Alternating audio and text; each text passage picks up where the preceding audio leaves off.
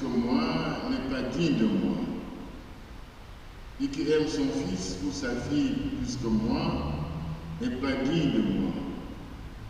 Celui qui ne prend pas sa croix et ne me suit pas n'est pas digne de moi. Qui a trouvé sa vie la perdra. Qui a perdu sa vie à cause de moi la trouvera. Qui vous accueille, m'accueille. Qui m'accueille, accueille celui qui m'a envoyé. Qui accueille un prophète en sa qualité de prophète recevra une récompense de prophète.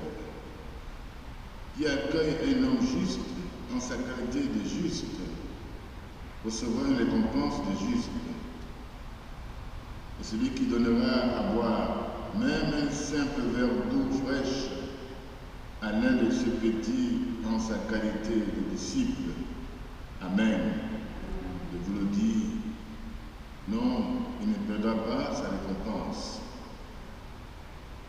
Lorsque Jésus eut terminé ses instructions qu'il donnait à ses disciples, il partit de là pour enseigner et proclamer la parole dans les villes du pays.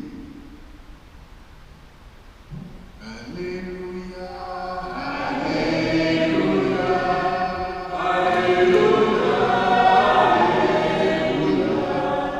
Alléluia, Alléluia, Alléluia, Alléluia.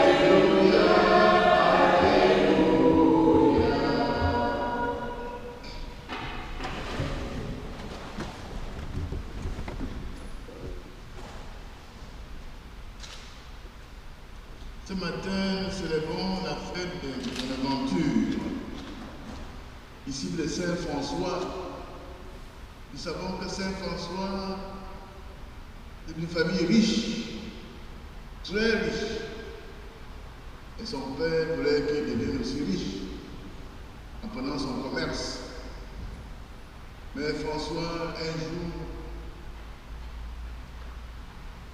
il est entré dans l'église abandonnée de son village. Et là, le Seigneur l'a saisi. Il s'est converti. Il est rentré à la maison, dit à son père, ton affaire là, je ne suis plus là. Je vais vivre la pauvreté. Pouvoir renouveler l'église. Parce qu'à l'époque, l'église était perdue. Dans le confort, dans l'abondance, dans le luxe. Il fallait François nettoyer l'église par sa vie, par sa pauvreté. Il a choisi le Christ. Nous célébrons donc ce matin un de ses disciples qu'il a suivi et qui a accompli. Et ça rejoint ce que dit le prophète Isaïe. Le Seigneur n'a pas besoin de tous ces discours, de tous ces sacrifices, holocaustes qu'on nous offre. Ça ne l'intéresse pas. Ce qui dirait le Seigneur, donner à boire à un pauvre, un orphelin. C'est ça qui l'intéresse. C'est facile de donner tout à l'église.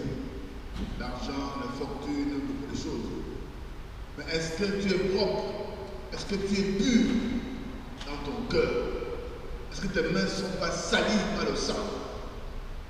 Parce que beaucoup de gens qui avaient vu notre église là, on reçoit beaucoup de choses des gens qui sont riches. Ils sont très riches.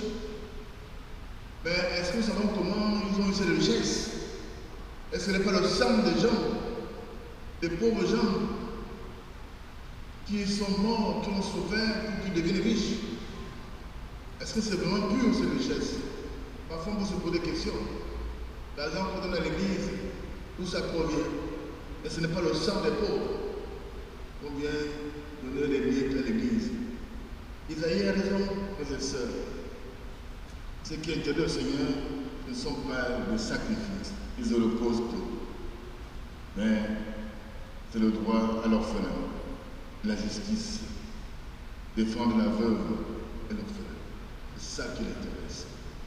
Et ça rejoint le Seigneur qui dit, je ne suis pas venu pour faire la paix, au contraire, parce que les gens ils savent déjà, ils savaient Jésus. Ce n'a pas été facile à le suivre. Si on le suit vraiment à la lettre, nous serons détestés. Jésus n'est pas venu pour faire la guerre, hein. Il ne faut pas prendre ça comme ça. Il n'est pas venu pour faire la guerre, ni pour faire la division, non. Il dit qu'il sait que si on vit selon la vérité, ça ne fait pas du bien. Les gens n'aiment pas la vérité. Hier comme aujourd'hui. Il est mort à cause de la vérité. Parce qu'il a pris le parti des pauvres, des orphelins, des abandonnés, des malades, des lépreux de son époque. Voilà pourquoi on en voulait. Et ce matin, nous invite aussi, depuis hier, l'évangile d'hier était clair. Il a choisi les apôtres, 12 pour envoyer la mission. Et j'ai dit, nous sommes des apôtres aujourd'hui. Comme les Pierre à l'époque, nous sommes des apôtres, chacun de chrétiens est apôtre. Nous devons aller annoncer la bonne nouvelle de Jésus-Christ, défendre le pauvre et l'orphelin, les affamés, les itinérants, les gens qui souffrent, prendre leur parti de défendre. Notre mission aujourd'hui, frères et sœurs, la mission continue, n'est pas encore finie. Tant que le royaume de Dieu n'est pas encore là, la mission continue. Et c'est à nous, vous et moi, que cette mission est confiée. Allons en mission, annoncer la bonne nouvelle, la vérité. Même si ça fait mal, nous devons respecter la vérité. Celui qui ne porte pas sa croix n'est pas digne de moi, dit Jésus. Portons la croix de l'humanité, de nos communautés, qui est la vérité et la justice. Notre rôle aujourd'hui. Et demandons au Seigneur cette force, cet esprit qui nous habite, que nous puissions être loyaux avec nous-mêmes, et aussi avec nous-mêmes. Et essayons de porter notre croix avec le Christ, pour croire notre humanité, nos communautés, qui en ont besoin de l'Évangile. Pas de discours, mais que notre vie soit une vie simple, une vie qui fait envie de vivre comme le Christ, la paix et l'amour, la justice dans notre monde. Amen.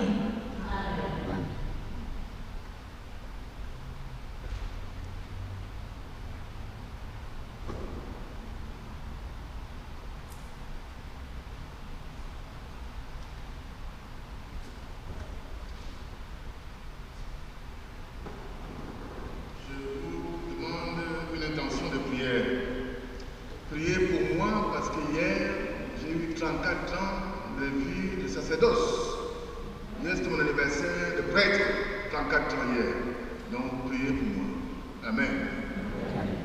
J'en ai besoin pour tenir jusqu'au